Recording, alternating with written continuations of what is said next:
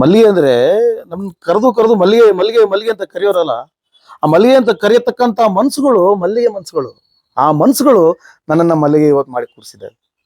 ಬೇರೆ ಏನ್ ಪ್ರಶಸ್ತಿ ಅಲ್ಲ ಅದು. ನನ್ನ ಮಗ ನೋಡಮ್ಮ ಅಲ್ಲಿ ಉಲ್ಟೆ ಹೊಡೆದಾಕಿದ್ದಾನೆ, ತಪ್ಪಾಯ್ತು ದಯವಿಟ್ಟು ಕ್ಷಮಿಸ್ಬಿಡಿ ಅಂತ ಅವ್ರಿಗೆ ಕಳಿಸ್ಬಿಟ್ಟು ಬಂದ್ರು. ಸಾರ್ ನಮ್ಮ ಮನೆ ಒಳಗಡೆ ಬಾಕ್ಲ ಹಾಕೊಂತಾರೆ. ಅವಾಗೆಲ್ಲ ನಮ್ದು ಒಟಾರ. ನಮ್ಗೆ ಯಾರು ಹೊಡಿಯಾಕ ಬಂದ್ರೆ ಪಕ್ಕದ ಮನೆಯವ್ರು ಹೊಡ್ಬೋದು. ಅಕ್ಕ ಬಿಡಿಯ ರತ್ನಕ್ಕ ಯಾಕೆ ಹೊಡಿತಾರೆ, ಬಿಡಿ ಹೊಡಿ ಬಿಡಿ. 5-6 ಜನ ಬಂದ್ಬಿಡೋರಲ್ಲ, ಈ ಬಾಕ್ಲ ಹಾಕ್ಬಿಡೋದು, ಚಿಲ್ಕ ಹಾಕ್ಬಿಡೋದು. ನಿಪ್ಪಿಟ್ಟು, ಕೋಡ್ಬಳೆ, ವಡೆ, ಇವೆಲ್ಲ ಟೇಸ್ಟು ಅಲ್ಲೇ ತಿಂದಿರೋದು ನಾವು.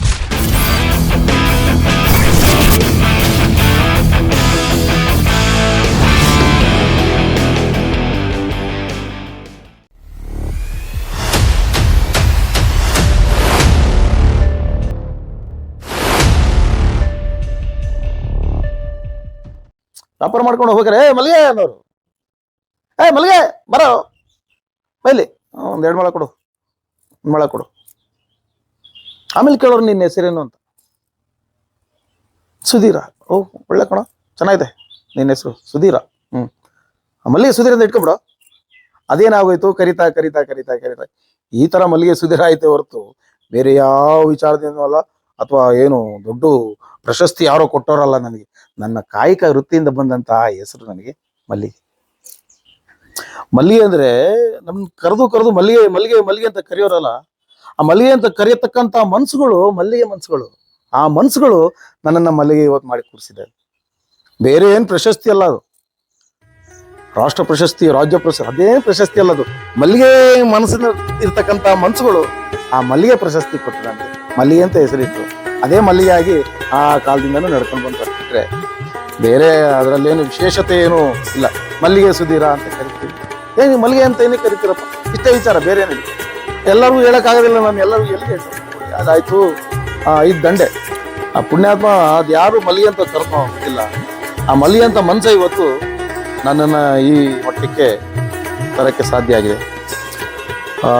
ಮಲ್ಲಿಗೆ ಅಂತ ಕರೆದಂಥ ಮನಸ್ಸು, ಅವತ್ತಿನ ದಿವಸ ಕರೆದಂಥ ಮನಸ್ಸು ಇವತ್ತು ನನಗೆ ಈ ಮಟ್ಟಕ್ಕೆ, ಆ ಮಲ್ಲಿಗೆ ಅನ್ನೋದು ಈ ಮಟ್ಟಕ್ಕೆ ಹೆಸರು ಮಾಡಿಬಿಟ್ಟಿದೆ. 1000 ಜನ ನನ್ನ ಅಭಿಮಾನಿಗಳು ನನ್ನ ಜೊತೆಲಿದ್ದಾರೆ. ಮಲ್ಲಿಗೆ ಅಂತ ಮನ್ಸಿರ್ತಕ್ಕಂಥ ಮಲ್ಲಿಗೆ ಅಂತಕ್ಕಂಥ ಹೃದಯದವರು ನನ್ನ ಮಲ್ಲಿಗೆ ಅಂತ ಕರೆದು ಇವತ್ತು ಈ ಮಲ್ಲಿಗೆ ಮನಸ್ಸಿನಲ್ಲಿ ಅವರೆಲ್ಲ ಮಲ್ಲಿಗೆ ಆಗಿದೆ. ಹಾಗೆ ಆ ಉಪ್ಪಿಟ್ಟಿಂದ ಹೇಳಿಲ್ಲ ನಿಮ್ಮ ಸ್ಟೋರಿ. 5 ದಂಡೆ ಡೈಲಿ ಮಲ್ಲಿಗೆ ತೊಗೊಂಡೋಗಿ ಅವ್ರಿಗೆ ಕೊಡ್ತಾ ಇದ್ದೆ. ಆ ಕೊಡಕ್ಕೆ ಕಾರಣನೂ ಇನ್ನೊಂದಿದೆ. ನಮ್ಮ ಅಣ್ಣನೂ ಹೋಗ್ತಾ ಇದ್ದ ಕೊಡಕ್ಕೆ. ನಮ್ಮಣ್ಣ ಪ್ರಕಾಶ್ ಅಂತೇಳಿ, ಆಯ್ತಾ. ಆತ ನಾನು ಹೋಗ್ತೀನಿ ಅನ್ನೋನು. ಬೇಡ ಕಣ ನಾನು ಹೋಗ್ತೀನಿ. ಏನಕ್ಕೆ? ಅಲ್ಲಿ ಉಪ್ಪಿಟ್ಟು ಕೊಡೋರು. ಯಾರು ಕೊಡೋರು, ಇಬ್ರು ಹೋಗ್ತಾ ಇದ್ವಿ ಸರಿ, ಇಬ್ರಿಗೂ ಕೊಡೋರು ಉಪ್ಪಿಟ್ಟು. ಸ್ವಲ್ಪ ಕೂರ್ಸಿ ಬ್ರಾಹ್ಮಣರು. ಆ ಅಮ್ಮ ಇಷ್ಟುದ್ದ ನಾಮ ಇಟ್ಕೊಂಡು ಆ ಮಕ್ಕದಲ್ಲಿ ಕಡೆ ಆ ಅಮ್ಮಂದು ತಾಯಿ ಅನ್ನಪೂರ್ಣೇಶ್ವರಿ ಕಡೆ ಬೆಳಗ್ಗೆ ಹೋಗಿದ ತಕ್ಷಣನೇ ದುಡ್ಡು ಕೊಟ್ಟು ಕೂರಿಸಿ ಇಬ್ರಿಗೂ ಒಂದು ಚೂರು ಉಪ್ಪಿಟ್ಟು ಕೊಟ್ಟು, ಚೂರು ಕಾಫಿ ಕೊಟ್ಟು, ಹೋಗ್ಬರಪ್ಪ ನಾಳೆ ತರ್ಬೇಕು ಬೇಗ ಬೆಳಗ್ಗೆನೆ. ಮತ್ತೆ ಬೆಳಗ್ಗೆ ಮತ್ತೆ ತಗೊಂಡೋಗಿ ಕೊಡ್ತಾ ಇದ್ವಿ. ಅಣ್ಣ ತಮ್ಮ ಇಬ್ರು. ನೋಡಿ, ಆ ಉಪ್ಪಿಟ್ಟು ಕೊಡೋರು ಆ ಅಮ್ಮ ತಿಲ್ಕ ಉದ್ದಿಟ್ಟೋರು, ಅವರು ಮಾಧುರು ಅನ್ನೋ ಕಾಣುತ್ತೆ. ಯಾಕೆಂದ್ರೆ ತಿಲ್ಕ ಮಾಧುರು ಇರ್ತಾರೆ ಅನ್ನೋ ಕಾಣುತ್ತೆ. ಅದು ನಮಗೆ ಇತ್ತೀಚೆಗೆ ಗೊತ್ತಾಗಿದ್ದು. ನೋಡಿ, ಆ ರಾಯರು ಮಠದಲ್ಲೂ ಮಾಧುರು, ಈ ಅಮ್ಮನು ಮಾಧುರು. ಉಪ್ಪಿಟ್ಟು ಡೈಲಿ ಅದೆಷ್ಟೋ ಸ್ವಲ್ಪ ಕೊಡೋರು. ಒಂದ್ ದಿವಸ ಇಡ್ಲಿ ಕೊಡೋರು. ಏನೇನೋ ಪ್ರತಿಯೊಂದು ಏನೋ ತಿಂಡಿ ಮಾಡಿದ್ರೆ ಅವ್ರ ಮನೆ ತಿಂಡಿಗೋಸ್ಕರನೇ ಹೂ ಕೊಡ್ಲಿಕ್ಕೆ ಹೋಗ್ತಿದ್ವಿ ನಾವು. ಪಾಪ ತುಂಬಾ ಒಳ್ಳೆ ಜನ ಅಯ್ಯಮ್ಮ. ಆಮೇಲೆ ಕ್ರಮೇಣ ಅವರು ಊರ್ ಬಿಟ್ಟು ಹೊಟ್ಟೋದ್ರೇನೋ ಗೊತ್ತಿಲ್ಲ, ಮತ್ತೆ ಸಿಕ್ಲಿಲ್ಲ ಅವ್ರು ನಮಗೆ. ಈಗ ಸಿಕ್ಕಿದಿದ್ರೆ ತುಂಬಾ ಖುಷಿ ಪಟ್ಬಿಡ್ತಿದ್ದೆ ಅವ್ರನ್ನ ನೋಡಿ ನಾನು. ಯಾಕೆಂದ್ರೆ ಹಸ್ವಾದಾಗ ಒಂಚೂರು ಅನ್ನ ಯಾರಾದ್ರೂ ಕೊಟ್ಬಿಟ್ರೆ ಅವ್ರಿಗಿಂತ ದೊಡ್ಡ ವ್ಯಕ್ತಿ ಯಾರು ಇಲ್ಲ ಕಣ್ರಿ. ನೋಡಿ, ಅವ್ರ ಮೇಲೆ ತಿಂದು ಬೆಳೆದಿರೋದು ನಾನು. ಅಯ್ಯಮ್ಮ ಇವತ್ತೇನಾದ್ರೂ ಸಿಕ್ಕಿ ನಾವು ಈ ಮಟ್ಟಕ್ಕೆ ಬೆಳೆದಿದ್ದೀವಿ ಅಂತ ಹೇಳಿ ನನ್ನನ್ನು ನೋಡಿದಿರಿ, ಇವತ್ತು ನನ್ನ ಹಾಡು ಕೇಳಿದ್ದಿದ್ರೆ ಯಾವ ಮಟ್ಟಕ್ಕೆ ಖುಷಿ ಪಡ್ತಾ ಇತ್ತು ಅಯ್ಯಮ್ಮ. ಇವತ್ತಿಗೂ ಆ ಥರ ಖುಷಿ ಪಟ್ಟವ್ರು ಇದ್ದಾರೆ, ಹೇಳ್ತೀನಿ ನಿಮಗೆ. ಇವತ್ತು ಇದ್ದಾರೆ ಕೆಲವರೆಲ್ಲ. ಅದೇ ರೀತಿನಲ್ಲಿ ಹೀಗೆ ನಡ್ಕೊಂಡು ಹೋಯ್ತು ಜೀವನ. ನಂತರದಲ್ಲಿ ಈ ಸ್ಕೂಲ್ನಲ್ಲಿ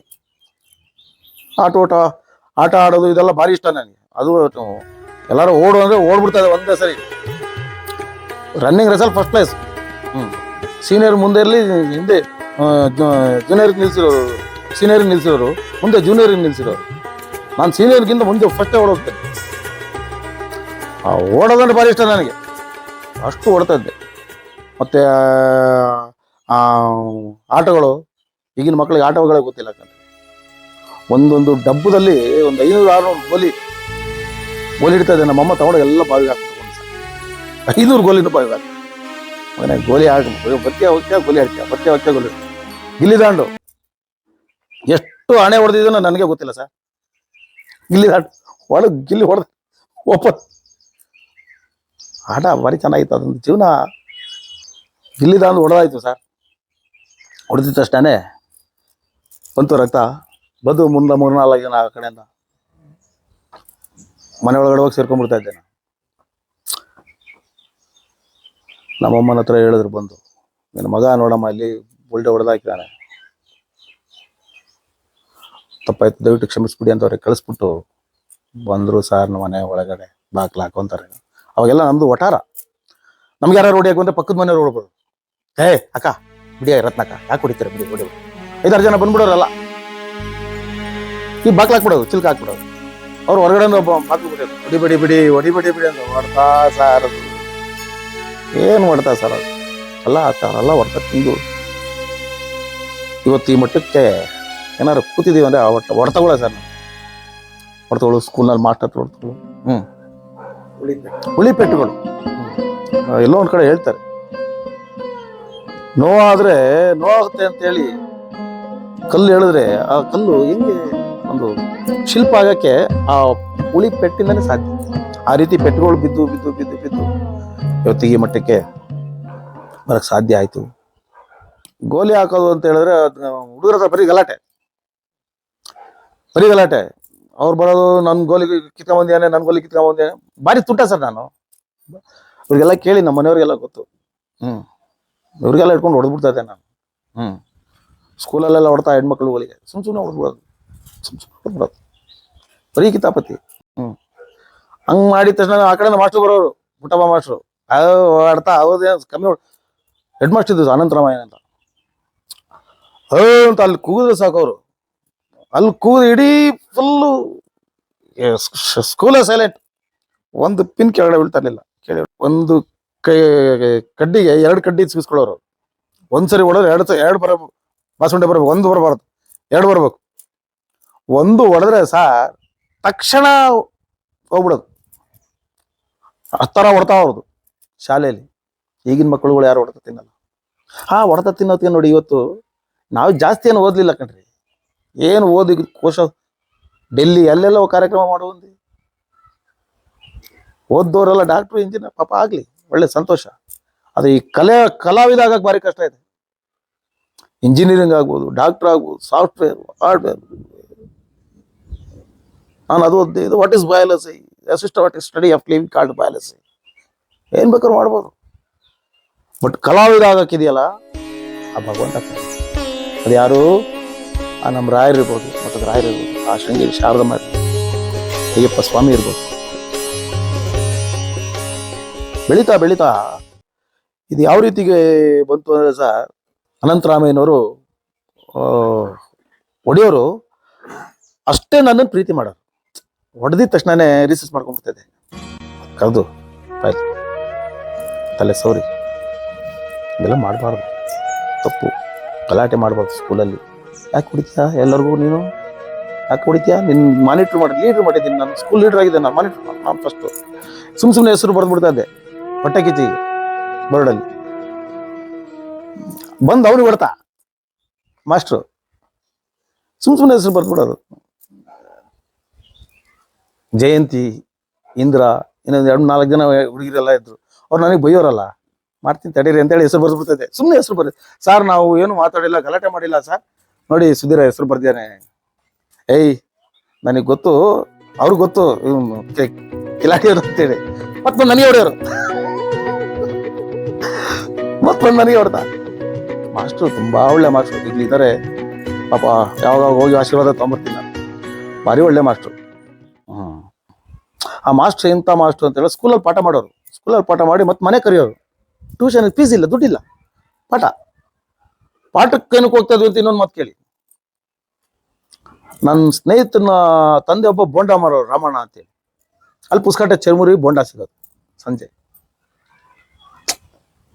ಎಂತ ಚಿಕ್ಕಮಗಳೂರಿಗೆ ಇವತ್ತಿಗೂ ಫಸ್ಟ್ ಫೇಮಸ್ ಚರ್ಮುರಿ ಬೋಂಡಾ ವಿಜಿ ಅಂತ ಹೇಳೋರ್ ಮಗ ಇದ್ದಾನೆ, ನನ್ನ ಕ್ಲಾಸ್ಮೇಟ್ ಅವನು, ನಾನು ಅವನೆಲ್ಲ ಒಟ್ಟಿಗೆ ಓದಿದ್ದು. ಆಯಿತು, ಅಲ್ಲಿಂದ ಅವ್ರ ಮನೆಗೆ ಹೋಗ್ತಿದ್ವಿ. ಮನೆಗೆ ಹೋಗ್ಬೇಕಾದ್ರೆ ಹೋದಾಗ 5:30 6 ಗಂಟೆ ಹೋಗ್ತದೆ. ಸ್ಕೂಲ್ ಬಿಟ್ಟಿದ ತಕ್ಷಣ ಮನೆಗೆ ಬಂದು ಏನಾರು ಇದ್ರೆ ಸ್ವಲ್ಪ ತಿನ್ಕೊಂಡು, ಇಲ್ಲಾಂದ್ರೆ ಹಂಗೆ ಸೀದಾ ಹೋಗ್ಬಿಡ್ತಾ ಇದ್ವಿ. ಹೋಗಿ ಟ್ಯೂಷನಲ್ಲಿ 1-1.5 ಗಂಟೆ ಟ್ಯೂಷನ್ ಮಾಡೋರು ಮಾಸ್ಟರ್. ಅಲ್ಲೂ ಹೊಡ್ತಾನೆ, ಟ್ಯೂಷನಲ್ಲೂ ಹೊಡ್ತಾ, ಮನೇಲಿ ಹೋದ್ರು ಹೊಡ್ತಾನೆ. ಆಯ್ತಾ? ಚೆನ್ನಾಗಿ ಸರ್ ಇವತ್ತು ಹ್ಯಾಂಡ್ ರೈಟಿಂಗ್ ನಾನು ಬರೀತೀನಿ, ನನ್ನ ಹ್ಯಾಂಡ್ ರೈಟಿಂಗ್ ನೀವು ಯಾರು ಬರೆಯಕ್ಕೆ ಸಾಧ್ಯ ಇಲ್ಲ, ಕನ್ನಡ ಕಲ್ಸ್ಕೊಟ್ಟವ್ರು ಅವರೇ. ಅಷ್ಟು ಚೆನ್ನಾಗಿ ಬರೀತೀನಿ ನಾನು ಹ್ಯಾಂಡ್ ರೈಟಿಂಗ್ ಇವತ್ತು ಕೂಡ. ಅದಕ್ಕೆ ಕಾರಣ ಅವರೇ. ಅಲ್ಲಿಂದ ಬರ್ಬೇಕಾದ್ರೆ ಒಂದು 5-6 ಜನ ಹುಡುಗರು ಹೋಗ್ತಿದ್ವಾ. ಬಂದಿದ ತಕ್ಷಣ ನೋಡೋರು ಅವ್ರ ಅಪ್ಪ ಬಂಡೋದು ರಾವಣ ಬಂದು, ನನ್ನ ಮಕ್ಕಳು ಆಹಾ ನಿಮಗೆ ಸಾಕಾದಾಯ್ತಲ್ರ ನಾವು ಅನ್ನೋರು. ಪಾಪ ಒಂದಿಷ್ಟು ಚರ್ಮುರಿ, ಒಂದಿಷ್ಟು ಬೋಂಡ ಎಲ್ಲ ಹಾಕ್ಕೊಡು. ಅದು ಕಿತ್ತಾಟ ಹೊಡೆದಾಟ, ಅದಕ್ಕೆ ತಿನ್ನಕ್ಕೆ ಮಗಳ ನಂಗೆ ಅದನ್ನೆಲ್ಲ ತಿನ್ಕೊಂಡು ಮನೆಗೆ ಬರೋತ್ತಿಗೆ ಮನೇಲಿ ನಮ್ಮಮ್ಮ ಅಂಗಡಿ, ಅಲ್ಲಿಂದ ಬಂದು ಸೀದಾ ಅಂಗಡಿ ಹೋಗ್ತಾ ಇದ್ದೆ. ಮನೇಲಿ ಬಂದು ನಮ್ಮಮ್ಮನಿಗೆ ಕೆಲಸ ಮಾಡಿಕೊಡ್ತಾ ಇದ್ದೆ ನಾನು, ಪಾತ್ರೆ ತೊಳಿಯೋದು. ಇವತ್ತು ನಾನು ಪಾತ್ರೆ ಬಟ್ಟೆ ಒಗಿತೀನಿ, ಪಾತ್ರೆ ತೊಳಿತೀನಿ, ಅಡುಗೆ ಮಾಡ್ತೀನಿ ಅಂದರೆ ಅದಕ್ಕೂ ಕಾರಣ ನಮ್ಮ ತಾಯಿ. ಅವಳು ಕಲಿಸಿದ್ದ. ಇವತ್ತು ಇಲ್ಲಿ ಮಾರ್ಕಿದೆ, ಎಣ್ಣೆ ಬಿದ್ದಿದೆ ತೊಡೆಗೆ. ಚಪಾತಿ ಮಾಡ್ಬೇಕಾದ್ರೆ ಎಣ್ಣೆ ಹಾಕ್ಬಿಡ್ತು ಸರ್, ಇಷ್ಟು ಅಗಲ ಸುಟ್ಟೋಗ್ಬಿಡ್ತು ಗುಳ್ಳೆ ಆಗಿ. ಪಾಪ ನಮ್ಮಮ್ಮ ಬಂದು ಹತ್ಬಿಡ್ತು, ಅಯ್ಯೋ ಮಗನೇ ನಿಂಗೆ ಯಾಕೆ ಕಷ್ಟ, ನನ್ನ ಕಷ್ಟ ಅಂತ. ನಮ್ಮಮ್ಮ ರಾತ್ರಿ 8 ಗಂಟೆಯಿಂದ ಅಂಗಡಿ ಕ್ಲೋಸ್ ಮಾಡ್ಕೊಂಡು ನಡೆಯಲ್ಲಮ್ಮ. ಮತ್ತು ರಾತ್ರಿ ಊಟ ಮಾಮೂಲಿ ಜೀವನ ಅದೇ ರೀತಿ ನಡ್ಕೊಂಡು ಹೋಗೋದು ದಿನ. ಬೆಳಗಿನ ಸಾಯಂಕಾಲ ತನಕ ಈ ಕೆಲಸ, ಬೆಳಗಿನ ಸಂಜೆವರೆಗೂ ಇದಾಗೋದು. ರಾತ್ರಿ ಊಟ ಮಾಡ್ಕೊಳ್ಳೋದು. ಅವತ್ತಿನ ಕಾಲಕ್ಕೆ ನಾನು ಏನು ಹೇಳಲಿ, ಅದಕ್ಕೆ ಏನು ವ್ಯಾಪಾರ ಆಗ್ತಿದ್ದಿದೆ ಒಂದು 10-15 ರೂಪಾಯಿ ಸರ್. 15-20 ರೂಪಾಯಿ ವ್ಯಾಪಾರ ಆಗೋದಷ್ಟೇ. 20 ಎಷ್ಟು ಅಂದ್ರೆ ನಮಗೆ ಗೊತ್ತಿರೋ ಒಂದು 40 ರೂಪಾಯಿ ವ್ಯಾಪಾರ ಅಂತ, 30-40 ರೂಪಾಯಿ ವ್ಯಾಪಾರ. ಅವಾಗ ಒಬ್ರು ಊತನ್ ಕೊಡೋರು ನಮಗೆ, ಅನ್ವರ್ ಸಾಬ್ ಅಂತ ಹೋಗ್ಬಿಟ್ಟು. ನಾವು ಅನ್ನದಾತ್ರ ಇವತ್ತು ನಾವೇನು ಮನೆ ಕಟ್ಕೊಂಡಿದ್ದೀವಿ, ನಾವೇನಿದ್ದೀವಿ ಅಂದರೆ ಅವ್ರ ಹೆಸರು ಹೇಳಿ ನಾವು ದೀಪ ಕಟ್ಟಿ. ಸಾಹೇಬ್ರಾಗಿರ್ಬೋದು, ಸಾಬ್ರು ಮುಸಲ್ಮಾನರು ಅಂತ ಸರ್. ಪಾಪ ತಿನ್ನಕ್ಕೆ ಅನ್ನ ಕೊಟ್ಟವ್ರು ಸರ್.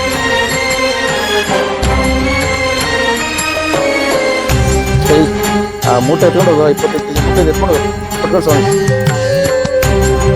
ಆ ಥರ ಮುಂಚ ಪಾಪ ಅವಯ್ಯ ದಿನ ಊಟ ತಂದು ಕೊಡೋನು ಅಮ್ಮಂಗೆ. ದುಡ್ಡು ಆದರೆ ಎಷ್ಟು ಕೊಡ್ತೀಯ ಕೊಡಮ್ಮ, ಸಾಕು ನೀನು ಈ ಕೈಲಿ ಎಷ್ಟಾಗುತ್ತೆ ಕೊಡು. ಪಾಪ ಕನಸು ಸಾಕ್ತಿಯ ಮಕ್ಕಳಿಗೆಲ್ಲ ಮಾಡಿ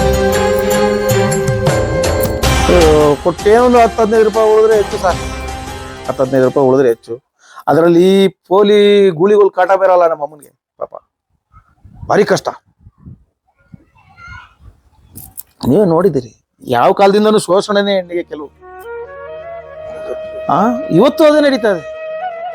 ಒಂಟಿ ಹೆಣ್ಣು ಅಂದ್ಬಿಟ್ರೆ, ಅವಳು ಹಿಂದೆ ಮುಂದೆ ಯಾರು ಇಲ್ಲ ಅಂದ್ಬಿಟ್ರೆ, ಅವಳನ್ನು ಯಾವ ರೀತಿ ನೋಡ್ತಾರೆ ಅಂದ್ರೆ ಜನ. ನನ್ನ ತಾಯಿ ಏನೇ ಕಷ್ಟಪಟ್ಟರು ಪಾಪ ಛಲದಿಂದ ನಮ್ಮನ್ನು ಸಾಕೋದು. ನನ್ನ ಮಕ್ಕಳನ್ನ ಏನಾರ ಒಂದು ಮಾಡಬೇಕು. ನನ್ನ ಹಾಡೆಲ್ಲ ಕೇಳೋದು ಅವಳು ಭಾರಿ ಇಷ್ಟ. ನಮ್ಮ ಅಜ್ಜಿಗೆ ಭಾರಿ ಇಷ್ಟ ಹಾಡು. ನಮ್ಮ ಜಾನಕಮ್ಮ ಅಂತ ಇದ್ಲು. ನನ್ನ ಎದೆಳಿರಿ ಹಾಡಿನ ಬೀಜ ಬಿತ್ತಿದ್ದೆ ಆ ಜಾನಕಮ್ಮ ಅಂತ ನನ್ನ ಅಜ್ಜಿ. ಅವಳಿಗೆ ಹಾಡೆಲ್ಲ ಭಾರಿ ಇಷ್ಟ. ಹಾಡು ಬೆಳಗಾಗಿ ನಾನೆದ್ದು ಯಾರ್ಯಾರ ನೆನೆಯಲಿ, ಎಳ್ಳು ಜೀರಿಗೆ ಬೆಳೆಯೋಳ, ಎಳ್ಳು ಜೀರಿಗೆ ಬೆಳೆಯೋಳ ಭೂಮ್ತಾಯಿನ, ಎದ್ದೊಂದು ಗಳಿಗೆ ನೆನೆದೇನ.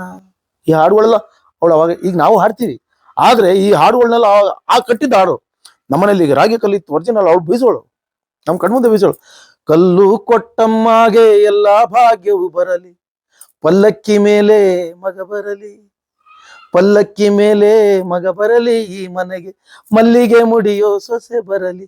ಆ ಹಾಡುಗಳೆಲ್ಲ ಹಾಡ್ತಾ ಇದ್ಲು ಕಣ್ರಿ ಅವಳು ಇನ್ಸ್ಪೈರ್, ನಮಗೆ ಸ್ಫೂರ್ತಿ.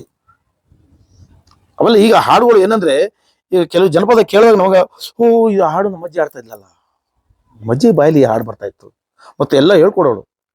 ನಾವು ಮೂಲತಃ ತೆಲುಗು, ನಮ್ದು ತೆಲುಗಲ್ಲಿ ಬರ್ಸ್ಕೊಂತ ಇದ್ವಿ. ಮಾತಾಡ್ಬೇಕು ನಮಗೆ ತೆಲುಗು ಚೆನ್ನಾಗಿ ಮಾತಾಡೋಳು ಆಯಮ್ಮ, ತೆಲುಗು ಭಾರಿ ಚೆನ್ನಾಗಿ ಮಾತಾಡೋಳು. ನಾವು ಮಾತಾಡೋಕೆ ಆಸೆ, ತೆಲುಗು ಮಾತಾಡೋಕ್ಕೆ ಬರ್ಸ್ಕೊಳ್ಳೋದು. ತೆಲುಗನ್ನು ಹೇಳಿ ಕನ್ನಡದ ಬರ್ಕೊಳ್ಳೋದು. ಕನ್ನಡದಲ್ಲಿ ಕೈಗೆ ಏನು ಹೇಳ್ತಾರೆ, ಕಾಲಿಗೆ ಏನು ಹೇಳ್ತಾರೆ, ಮುಗಿ ಈ ಥರ ಏನು ಬರ್ಕೊಳ್ಳೋದು ತೆಲುಗು. ಆ ರೀತಿ ಆಯಮ್ಮನ ಹತ್ರನೂ ಕಲ್ತ್ವಿ ಸಣ್ಣ ಮಕ್ಕಳಿದ್ದಾಗ. ವರ್ಷಕ್ಕೆ ಒಂದ್ಸರಿ ರಜಾ ಬಂದಿದ ತಕ್ಷಣನೇ ನಮ್ಮಮ್ಮ ಕರ್ಕೊಂಡು ಹೋಗ್ಬಿಡೋಳು. 8 ರೂಪಾಯಿ ನಾವು ಮೈಸೂರಿಗೆ ಹೋದ್ ಬಸ್ ಚಾರ್ಜ್, ಕೇವಲ 8 ರೂಪಾಯಿ. 8ರಿಂದ 10 ರೂಪಾಯಿ ಇರ್ಬೋದು. ಹೋಗಿ ಮೈಸೂರಿಗೆ ಹೋಗಿ ನೋಡಿ, ಈಗೆಲ್ಲ ಬಸ್ ಫ್ರೀ ಮಾಡಿಬಿಟ್ಟಿದ್ದಾರೆ. ಆಗ ಮಾಡ್ಬೇಕಾಯ್ತು. ಪಾಪ ಆ ಅಮ್ಮನ ಹತ್ರ ದುಡ್ಡು ಇರ್ತಾರಲ್ಲ, ಫ್ರೀ ಹೋಗಿ ಬಂದ್ಬಿಡೋಳು. ವರ್ಷಕ್ಕೊಂದ್ಸರಿ ಹೋಗ್ತಾ ಇದ್ವಾ, ಒಂದು 10 ಸರಿ ಕರ್ಕೊಂಡು ಹೋಗ್ಬಿಡೋಳು ನಮಗೆ. ಅಲ್ಲಿಗೆ ಹೋದ್ರೆ ಆ 8 ರೂಪಾಯಿ ಬಸ್ ಚಾರ್ಜು ಹೋಗಿ ಬರೋದಕ್ಕೆ ಒಂದೊಂದು 25-30 ರೂಪಾಯಿ ಬೇಕು. ಅದಕ್ಕೆ ಕಣ್ಣಲ್ಲಿ ರಾತ್ರಿ ಎಲ್ಲ ಎಣ್ಣೆ ಬಿಟ್ಕೊಂಡು ಹೂ ಕಟ್ಟೋದು, ಹೂ ಕಟ್ಟಿ ದುಡ್ಡೆಲ್ಲ ಜೋಡ್ಸೋದು, ಬಸ್ಸೊಳಗೆ ಹಾಕಿರೋದು. ಡೈಲಿ ಒಬ್ಬ ಇದ್ದ ಪಾಪ, ಈಗಿಲ್ಲ, ಅವ್ನು ಡೈಲಿ ಹೂ ತಂದು ಕೊಡೋನು ಬಟ್ಟೆ. ಆ 25 ರೂಪಾಯಿ 30 ರೂಪಾಯಿ ಬೇಕು. ಆ 25 ರೂಪಾಯಿ 30 ರೂಪಾಯಿ ಕೂಡಿಟ್ಟಿದ್ದ ಹಣ ತಗೊಂಡು ನಮ್ಮನ್ನೆಲ್ಲ ಕರ್ಕೊಂಡು ಆ ಕಡೆ ಒಬ್ಬ ಮಗ, ಈ ಕಡೆ ಒಬ್ಬ ಮಗ,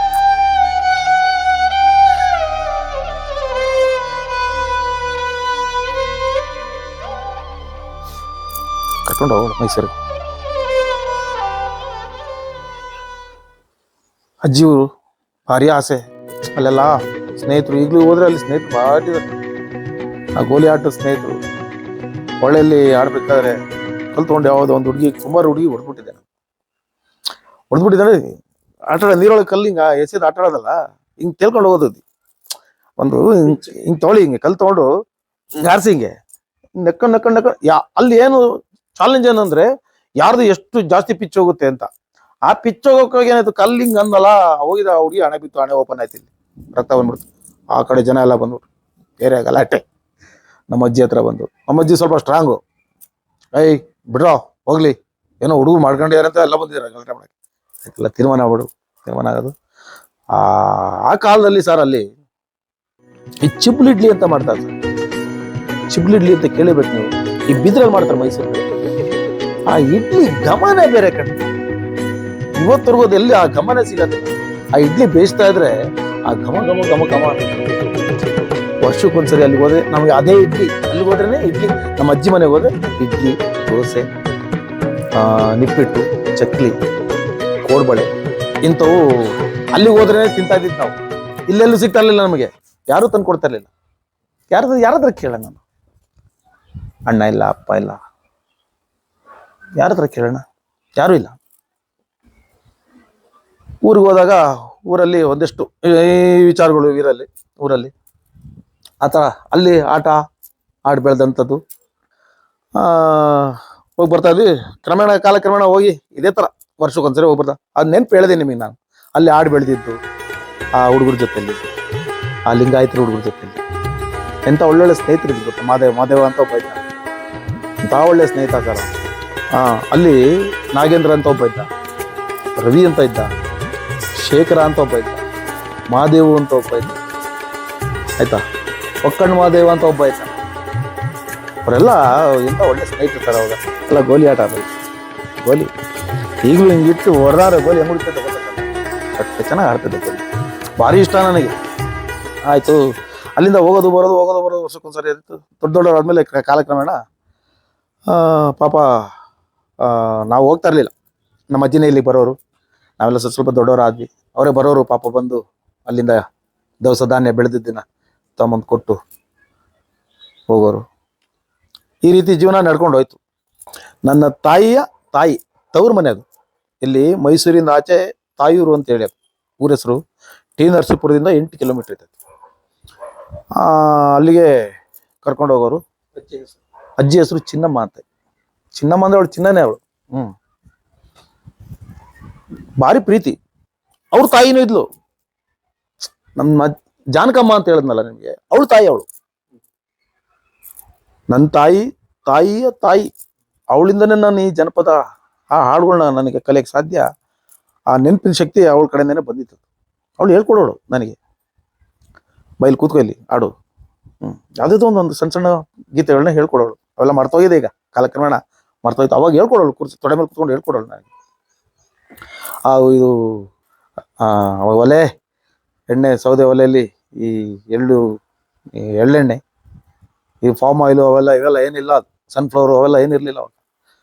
ಒರಿಜಿನಲ್ ಎಣ್ಣೆ ಹಂಗಿರೋ ಗಮ್ಮತ್ತ ವಾಸನೆ, ಗಾಣದಲ್ಲಿ ಮಾಡಿರೋರು ಸರ್. ಅದು ಗಮ್ಮತ್ತ ವಾಸನೆ ಬರೋದು. ಕಡ್ಲೆಕಾಯ್ದು ಎಣ್ಣೆ, ಹುಚ್ಚೆಳ್ಳೆಣ್ಣೆ, ಇವೆಲ್ಲ ಟೇಸ್ಟು ಹಂಗಿರೋದು ಗಮ್ಮನ್ನದು.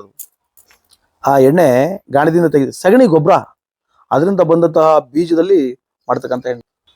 ಆ ಎಣ್ಣೆ ನಿಪ್ಪಿಟ್ಟಾಗ್ಲಿ ಇದಾಗ್ಲಿ ಮಾಡಕ್ಕೆ ಎಣ್ಣೆ ತಂದ್ರೆ ಸರ್ ಅದು ಘಮ್ಮಂತ ವಾಸನೆ ಬರೋದು. ಯಾಕೆಂದ್ರೆ ಅದು ಆಗ ದನಿನ ಗೊಬ್ಬರ, ನಾಟಿ ಗೊಬ್ಬರ, ಸಾವಯವ ಗೊಬ್ಬರದಿಂದ ಬೆಳೆದಂತ ಕಡಲೆಕಾಯಿ ಅದು. ಓಪನ್ ಮಾಡಿದ ತಕ್ಷಣ ಗಮ್ಮಂತ ಸ್ಮೆಲ್ ಬರೋದು. ಈಗಿಂದ ಏನಿಲ್ಲ, ವಾಸನೆ ಬರಲ್ಲ, ತಿಂದೆಲ್ಲ ಕೆಟ್ಟೋಗ್ತದೆ ಆಯ್ತಾ.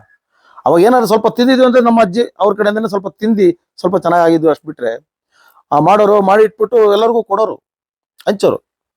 ಒಂದು 20 ಜನ 15 ಜನ ಕೂದಿ ಎಲ್ಲರೂ ಹಂಚೋರು, ಬಾಕಿದೆಲ್ಲ ತೆಗೆದು ಮುಚ್ಚಿಡೋರು. ಎಲ್ಲಿ ಮುಚ್ಚಿಟ್ಟಿರ್ತಾರೆ ನೋಡ್ಕೊಂತ ಇದ್ವಿ. ದಯಮಾಡಿ ಮರೆಯದೆ ಲೈಕ್ ಮಾಡಿ, ಕಮೆಂಟ್ ಮಾಡಿ ಹಾಗೂ ಸಬ್ಸ್ಕ್ರೈಬ್ ಮಾಡಿ, ಬೆಲ್ ಬಟನ್ ಈ ಸಂಚಿಕೆಯನ್ನು ಕೊನೆಯವರೆಗೂ ವೀಕ್ಷಿಸಿದ್ದಕ್ಕಾಗಿ ಧನ್ಯವಾದಗಳು.